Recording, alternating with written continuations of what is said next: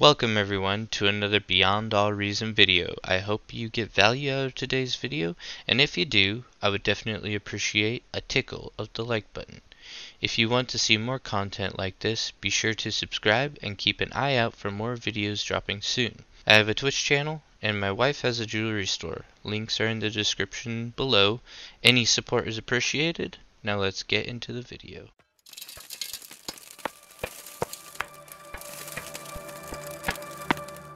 Hello everyone, this is the one you all have been waiting for. Welcome to a Naval introductory guide. So, we're going to be just going over the absolute basics with Naval, kind of how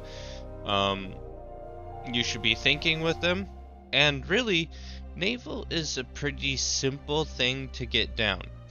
There's two basic rules. With the T1, which is what we're going to be going over today. First off, more is better.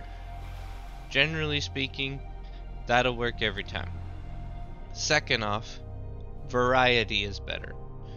This is, at least with every time I've been doing Naval, this has shown to be true for me. So you'll start off your build with, your normal 1, 2, 3. I have boosted resources right now, so it's not like reflecting everything perfectly. But you'll do your 1, 2, 3, and then your energy production, etc. And then you'll be going into probably a resurrection sub and 2 build craft. And then I would just send my resurrection sub out there to collect resources. Now this map doesn't really have any resources in the ocean, so it's not really a great example for that. Low power. But that's what I would attempt to do. I'm sorry, I didn't think it would run out quite that fast. So yeah, you would go your resurrection sub if there's resources to collect, then you'd go for your build sub or your build boat, which you'll just go and collect all the metal extractors you can with that. Just right off the bat. Interesting. The tidal speed is completely garbage on this map. Wind is the only thing that's actually going to be good. I didn't realize how bad tidal was. Anyway, then you'll have this guy. If it wasn't garbage tidal, you would go for a bunch of tidal generators, but this map has completely garbage tidal, so I would go for energy converters at that point, so the commander wouldn't have to build them. And then at the point where your economy's set up and you know what you're doing for that, the first thing I build would be some destroyers. Reason being is they have a submarine detection, which a lot of times early people will spam submarines. Well, you could honestly open 2 different ways with Armada boats, and that would be either opening with dolphins because they build faster, just to make sure you're at least somewhat defended, or opening with destroyers just in case they try to rush you with submarines. Those would really be my 2 things I would go for.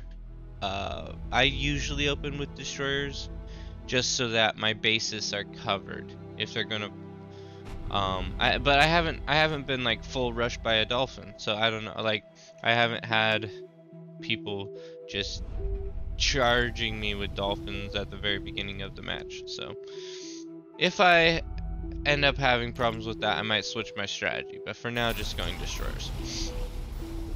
So then I'll usually have that guy following my build boat just to make sure he's protected.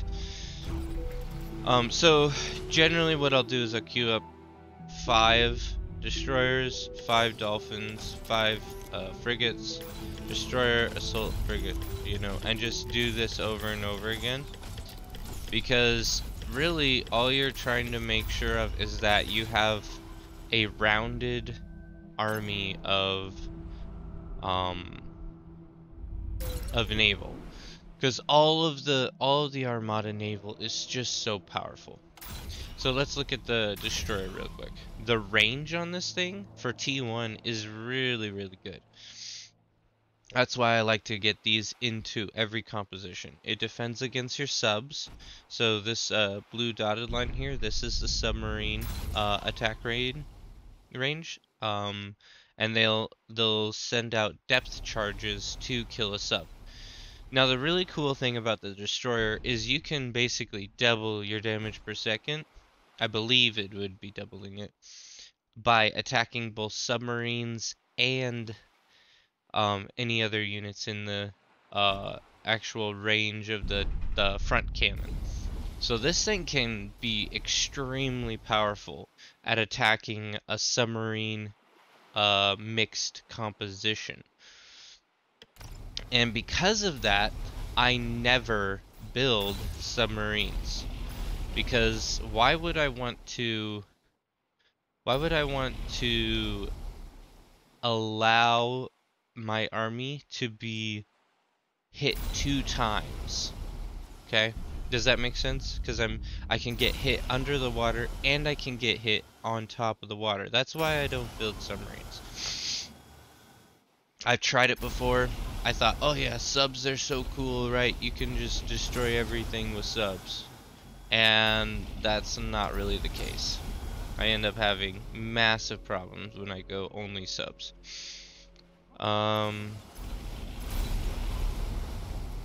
Yeah, so literally, I almost never use subs. But I plan for them because these guys have incredible firepower and an incredible range, okay?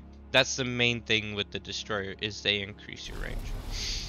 Now the frigate, you can see, has a smaller range and a slightly smaller DPS. But this thing is a little bit better at, in my opinion anyway, it's better at attacking ocean. It's a little bit cheaper for just as much firepower. So definitely mix in some frigates. And your army, I mean, look at this. Your army is going to be perfect. You got the, so say your enemy is up here and they're taking out some of your stuff. You'll push in. You got your fast dolphins. They'll push in, get on top of the enemy, and they also create vision, see? And then your destroyers are further back, throwing out bombardment hits as your assault frigates are in the center, like taking some of those hits and doing extra damage. So you can get surround damage, you get extra vision to maximize your destroyer's range, all sorts of things. So this composition, in my opinion, is immaculate. It's just perfect. So there's one more thing I want to talk about, and that is if you are dealing with air. A lot of times people will go air, and as soon as you realize that people are going air, you just change a few things and it'll still work out exactly the same. So all you have to do if they're going air is just get, like, you know, 6 stealthy patrol boats. And I usually have these on a different hotkey. I usually put them on 3. 3 is like my artillery support vehicles, and then 2 is my combat vehicles, and then 1 would be if I want to make a raiding control group. So I would put the dolphins in my 1 control group.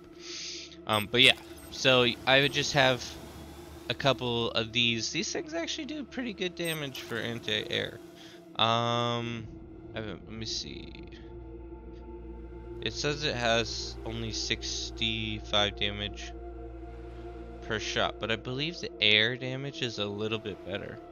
Because, I mean, they take out, you need several of them, but you can take out some T3 bombers, or T2 bombers with these guys. So, they're not, like, awesome, but they're definitely capable of killing anything, early game that the air player will throw at you. So you just need a couple of them, and the air will just leave you alone because they're just gonna lose stuff over and over again. Anyway, in my opinion, Naval is one of the easiest things to get down because it's just build lots of everything and you will win. From my experience, that's been what I've seen. You build a lot of everything and you win. The subs can't get you, the planes can't get you, the assault frigates do extra damage when closer, the dolphins get surround bonuses, the destroyers have increased range. I mean, it's well rounded, it has a ton of firepower. I have not lost a naval game due to my negligence so far.